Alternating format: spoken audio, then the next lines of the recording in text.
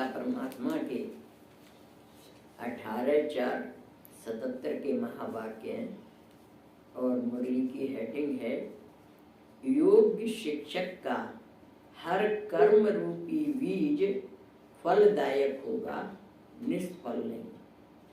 आज शिक्षकों के ऊपर परमात्मा ने महावाक्य उच्चारे हैं कि योग्य शिक्षक कौन? योग्य शिक्षक का हर कर्म रूपी बीज फलदायक होगा, निष्फल नहीं। यानी हर कर्म से फल प्राप्त होगा, बेकार जाने वाला नहीं होगा। सेवा केंद्रों पर निमित्त बनी वैनों प्रति बाबा बोले, टीचर्स अर्थात शिक्षक हैं। शिक्षक का अर्थ क्या है? शिक्षक का यहाँ अर्थ है शिक्षा स्वरूप। यानी बाबा हम बच्चों को जीवन से टीच करने वाला शिक्षक बनाते हैं, वाणी से पढ़ाने वाला शिक्षक नहीं। वाणी से तो पढ़ाने वाले बहुत संसार में रहते हैं, लेकिन बाबा हम बच्चों को कहते हैं आपका जीवन टीचर बन जाए। कि क्या ऐसे थे ब्रह्मा बाबा। एक किताब है ब्रह्मा बाबा के ऊपर, बहुत अच्छी किताब, आप सबको पढ़नी चाहिए। उसमें ब्रह्मा बाबा के सारे डिवाइन वैल्यूज हैं। तो ऐसे थे तो वैसा ही हम सबको बनना है। तो ऐसे बाबा कह रहे हैं कि शिक्षक का अर्थ क्या है? शिक्षक का यहाँ अर्थ है शिक्षा स्वरूप। यानी हमारा जीवन ही शिक्षा देने वाला बन जाए। सिर्फ शिक्षा देने वाला नहीं, लेकिन शिक्षक अर्थात शिक्षा स्वरूप। बड़े से बड़ा शिक्षा देने का सहज साधन कौन सा है? अनेक प्रकार के शिक्षा देने के साधन होते हैं ना, तो शिक्षा देने का सबसे सहज साधन कौन सा है? बाबा फिर अपने आप कह रहे हैं स्वरूप द्वारा शिक्षा देना, मुख द्वारा नहीं। बाबा कह रहे हैं कि आपका जीवन ही एग्जाम्पल स्वरूप बन जाए, खाली वाणी से शिक्षा देने वाला नहीं, मुख द्वारा नहीं। साकार बाप ने सबसे सहज साधन स्वरूप द्वारा ही शिक्षा दी ना। सिर्फ बोल में नहीं, कर्म से। यानी सिर्फ बाबा ने बोल से नहीं, प्रैक्टिकल लाइफ में भी बाबा ने वैसा करके दिखाया। तो कर्म से कहेंगे वह सीखेंगे नहीं, लेकिन जो करेंगे वो देख और भी करेंगे। यानी कहेंगे वो सीखेंगे नहीं, कि कहने से नहीं सिखाना था, लेकिन जो करेंगे वो देख और भी करेंगे। दूसरे लोग भी उनके जीवन को देख करके खुद करते थे। ब्रह्मा बाबा उस समय ये गैस से चूल्हे नहीं थे, तो क्या करते थे, गोबर में वो मिला करके कोयले का चूरा मिला करके लड्डू बनाते थे। हमने भी बनाए जब आग जलाने के। हाँ, तो उनको आग में जलाते, मतलब उनके नीचे सीगड़ी में रख के आग जलाते थे, तो वो जल जाते थे। उस पर खाना गरम बनाते थे, चाय बनाते थे, पानी गरम करना। पहले इतने सब साधन नहीं थे ना, तो बाबा खुद बॉडी बनाते थे। मतलब अपने आप को ये छोटा काम है तो दूसरों से कह दें, अपने आप नहीं करें, खुद अपने आप बनाते थे। तो बाबा ने करके दिखाया है। जब बाबा कर रहा है, खुद अनाज सफाई कर रहा है, खुद गेहूं बीनने बैठ जाता था, तो अपने आप जब कर रहा है, हेड कर रहा है, तो सबऑर्डिनेट वाले तो करेंगे ही ना। तो बाबा ने खुद करके दिखाया। तो बाबा यहाँ पर वही बात कह रहे हैं कि साकार बाप ने सबसे सहज साधन स्वरूप द्वारा ही शिक्षा दी। सिर्फ बोल में नहीं, कर्म से कहेंगे वह सीखेंगे नहीं, लेकिन जो करेंगे वो देख और भी करेंगे। यह मंत्र है। तो सबसे सहज तरीका स्वरूप द्वारा शिक्षा देना। किसको कितना भी समझाओ, तुम आत्मा हो, तुम शांत स्वरूप हो, ज्ञान स्वरूप हो, लेकिन वह समझेंगे तब तक नहीं जब तक स्वयं उस स्वरूप में स्थित नहीं होंगे। अगर अपना शांत स्वरूप नहीं बनाया है और उपदेश दे रहे हैं शांत रहो शांत रहो, तो भले वो रेस्पेक्ट के कारण सामने ना भी कहे, लेकिन पीठ पीछे तो कहेगा ना, खुद तो गुस्सा करते हैं और हमसे कह रहे हैं शांत स्वरूप। तो जो बात हम दूसरों को सिखाना चाहते हैं वो पहले हमारे जीवन में होनी चाहिए, तब हम दूसरों को सिखा सकते हैं। तो बाबा कह रहे हैं तुम शांत स्वरूप ज्ञान स्वरूप हो, लेकिन वह समझेंगे तब तक नहीं जब तक स्वयं उस स्वरूप में स्थित नहीं होंगी। ऐसे अनुभव की पढ़ाई पढ़ने वालों को पढ़ाई से कोई हटा नहीं सकती। अब जिन्होंने खुद अनुभव किया है वो आत्माएं ज्ञान छोड़ नहीं सकती, चाहे कितनी डिफिकल्टी उनके मार्ग में आए। तो अनुभव किया है ना कि यहाँ पर ऐसा बन जाते हैं तो फिर हम भी बन सकते हैं। तो इस तरीके से पढ़ाई नहीं छोड़ सकते। तो ऐसे अनुभव की पढ़ाई पढ़ने वालों को की पढ़ाई से कोई हटा नहीं सकती। पढ़ाई इतनी अविनाशी हो जाती है तो कैसे शिक्षा देती हो, वाणी से या स्वरूप से? बाबा बच्चों से टीचर से कह रहे हैं कि आप कैसे शिक्षा देती हो, वाणी से देती हो या प्रैक्टिकल स्वरूप द्वारा? तो योग्य शिक्षक का हर कर्म रूपी बीज फलदायक होगा, निष्फल नहीं। आप अमृत वेले उठ रहे हैं तो दूसरों को अपने आप प्रेरणा आएगी कि अमृत वेले उठना है। और अगर टीचर ही सोता रहे ना तो स्टूडेंट क्या कहेंगे, तो सो रहे हैं। भाई साहब के हमको कई बार योग भट्टी होती थी ना तो वहीं रुकते थे राजयोग में। एक को भी स्टूडेंट को सबको देखते थे, बड़ी पैनी निगाह थी उनकी। अगर कोई स्टूडेंट नहीं आया है तो फौरन क्वेश्चन करते थे क्यों नहीं आए अमृत वेले योग में। तो मतलब उनकी पैनी निगाह थी और खुद अमृत वेले और जल्दी उठते थे और योग कराते थे अमृत वेले का। तो बाबा कह रहे हैं कि वाणी से करते हो या स्वरूप से करते हो, हर कदम द्वारा अनेक आत्माओं को शिक्षा देना यह है योग्य टीचर। भाषण द्वारा व सप्ताह कोर्स द्वारा किसको शिक्षा देना कॉमन बात है, लेकिन हर कदम द्वारा शिक्षा स्वरूप बनाना, ऐसे शिक्षक के हर बोल वाक्य नहीं लेकिन महावाक्य कहे जाते, जो अपने प्रैक्टिकल लाइफ में ला करके कर सिखाता है। उसके बोल बाबा कैसे कह रहे हैं कि साधारण नहीं बोल महावाक्य कहे जाते हैं, क्योंकि हर बोल महान बनाने वाला है। महावाक्य कौन से? जिससे महानता है, तो वो महान बनाने वाला है। हर बोल महान बनाने वाला है तो महावाक्य कहेंगे। हर कर्म अनेकों को श्रेष्ठ बनाने का फल निकालने वाला हो। कर्म को बीज कहा जाता है और रिजल्ट को कर्म का फल कहा जाता है। ऐसे शिक्षक का कर्म रूपी बीज फलदायक होगा। यानी जो अपनी प्रैक्टिकल लाइफ से करके दिखाएगा तो उसका हर कर्म फलदायक होगा। बीज अगर पावरफुल होता है तो फल भी इतना अच्छा निकलता है। हर कर्म रूपी बीज फलदायक होगा, निष्फल नहीं। इसको कहा जाता है योग्य शिक्षक। यानी जो अपने प्रैक्टिकल लाइफ में करके दिखाता है उसको कहा जाता है योग्य शिक्षक। उनका हर संकल्प जैसे ब्रह्मा के संकल्प के लिए गायन है कि ब्रह्मा के एक संकल्प ने नई सृष्टि रच ली, वैसे ऐसी शिक्षक के संकल्प नई सृष्टि के अधिकारी बनाने वाला। यानी जैसे कहते हैं ना, ब्रह्मा ने सृष्टि कैसे रची, संकल्पों से सृष्टि रची।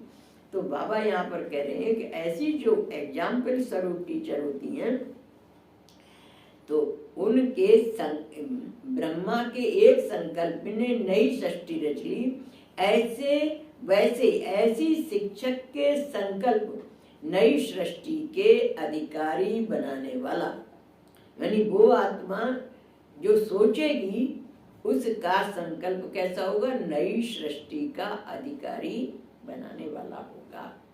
समझा? शिक्षक की परिभाषा ये है, यानी खुद अपना को एग्जाम्पल स्वरूप बना करके जो चलेगा वो ही योग्य शिक्षक है। टीचर्स की एक लिफ्ट की गिफ्ट भी है, टीचर्स को एक लिफ्ट की गिफ्ट भी है। कौन सी? टीचर्स बनना अर्थात पुराने संबंध से त्याग करना। मतलब टीचर्स की एक लिफ्ट क्या है, लिफ्ट में जैसे अपने बटन दबाया पहुंच गए 5वीं मंजिल पर, चढ़ने का श्रम नहीं करना पड़ेगा। तो ऐसे ही टीचर्स की लिफ्ट की गिफ्ट कौन सी है कि अपने आप ही हम जब टीचर बनते ना, देखो संसार की आत्माओं से आप ऊंचे हैं। बाबा कहते हैं कोटों में कोई, कोई में भी कोई बनते हैं, और आपसे भी ऊंची एक सीढ़ी और है टीचर की। तो टीचर क्या है, एग्जाम्पल स्वरूप है, तो दूसरी सीढ़ी हो गई ना ऊंची। तो इसलिए बाबा कह रहे हैं कि उनको टीचर्स बनना अर्थात पुराने संबंध से त्याग करना। अब टीचर बन गया तो वो फिर वो बॉडी वाले रिलेशन नहीं रहते कि ये मेरा है तेरा। टीचर के लिए फिर सब स्टूडेंट बराबर होते हैं। अगर वो अपने को ज्यादा चाहे तो क्या होगा, पार्शियलिटी हो गई ना।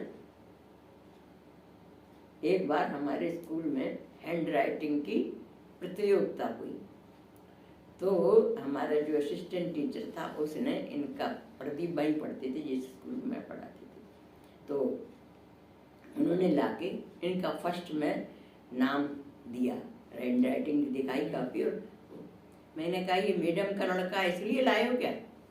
छूटती। मैंने कहा मैडम का लड़का इसलिए लेके आए उसका फर्स्ट में? बोले नहीं मैडम, इसकी हैंड राइटिंग अच्छी। मतलब क्या है कि हमारे लिए तो सभी स्टूडेंट बराबर है। जैसे दूसरे बच्चे मे आई कम इन मैडम स्कूल में ऑफिस में आते थे तो पूछ के, ऐसे इनके लिए नियम था। स्कूल में तुम्हारी मम्मी नहीं है, स्कूल में जैसे और स्टूडेंट आते हैं वैसे ही कायदे से चलेंगे। फिर एक दिन तो एक टीचर पूछने लगी, मैडम क्या आपसे ये घर में भी ऐसे डरता है?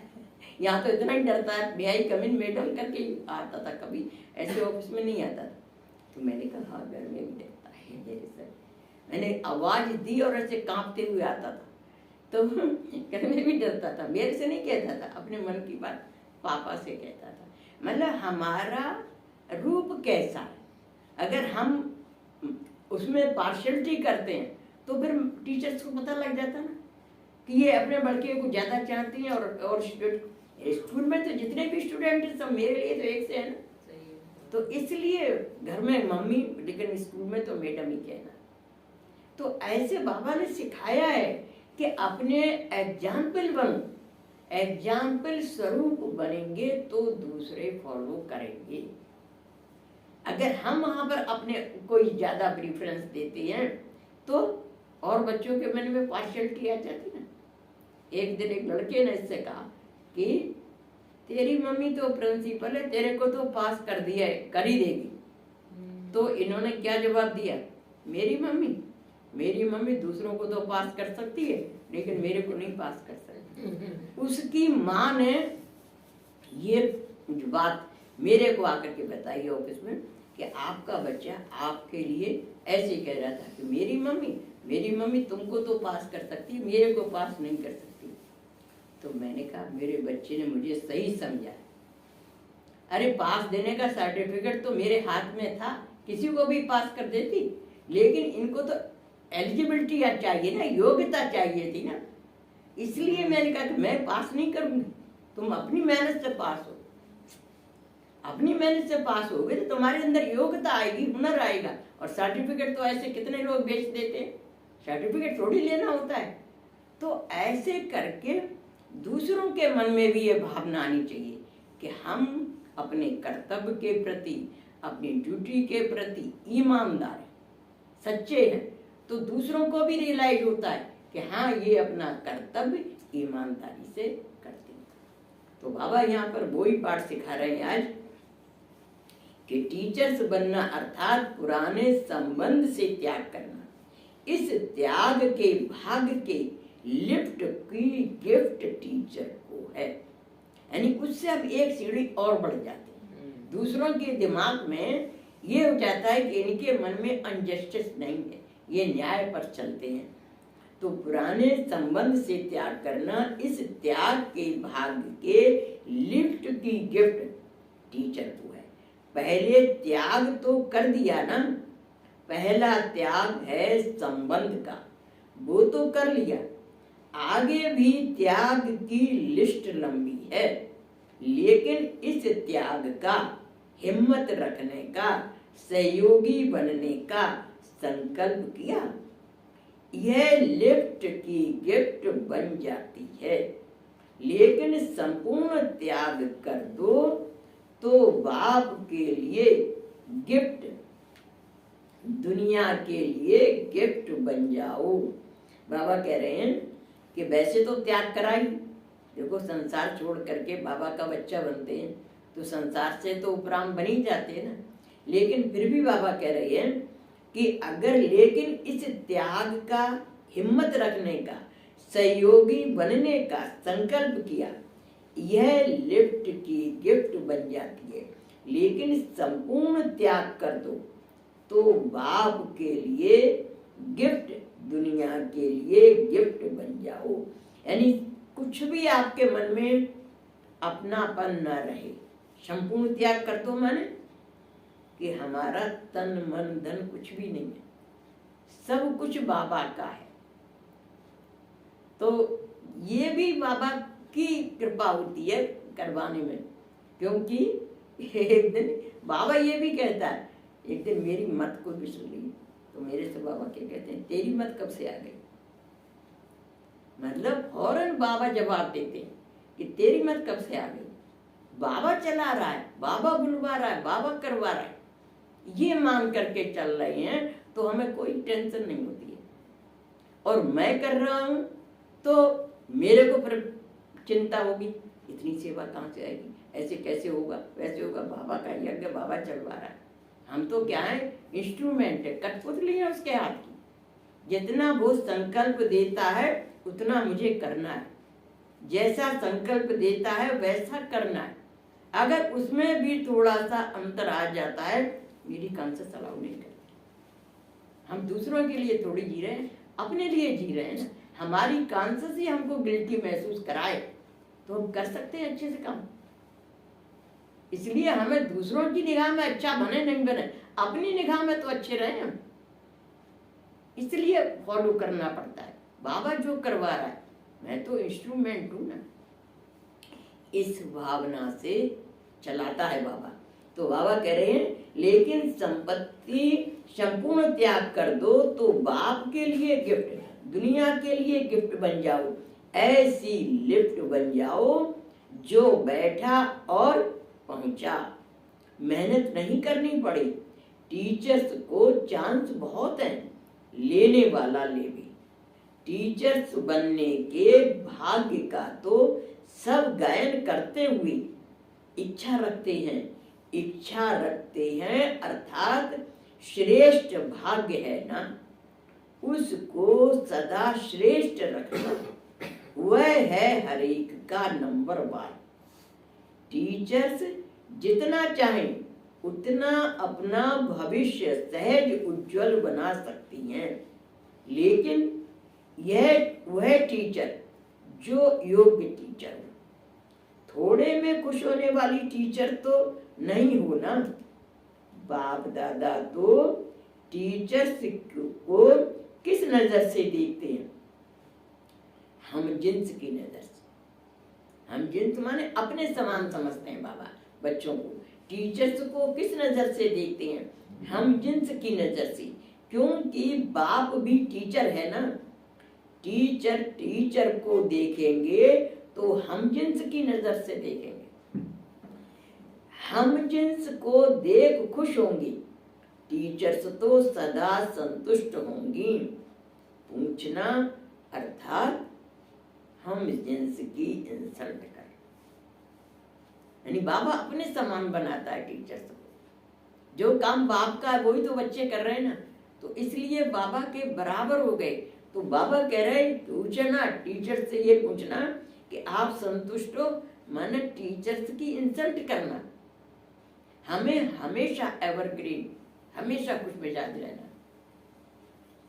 घाटा हो रहा है तो बाबा के घर का, नफा हो रही है तो बाबा के घर की, आ रहा है तो बाबा के घर में, जा रहा है तो बाबा के घर से। मैं तो इंस्ट्रूमेंट हूं ना, मेरा है यहाँ कुछ। मैं तो बार बार ये सोचती हूँ मैं क्या लेके आई और क्या लेके जाऊंगी। सब यहीं जोड़ा, यहीं छोड़ के जाना। किसके लिए मैं राग रखूं, किससे नफरत रखूं। आज भी सोच रही है, अभी नाते पे कोई माताओं के अगर पैसे नहीं हो पाए, 2 कल माताएं आई सेवा के लिए जाने के लिए, पैसे नहीं हो पा रहे, मैंने करो व्यवस्था। अभी सोच रही नाते पर नहीं होगा तो बाबा घर से ले जाएंगे, क्या करें।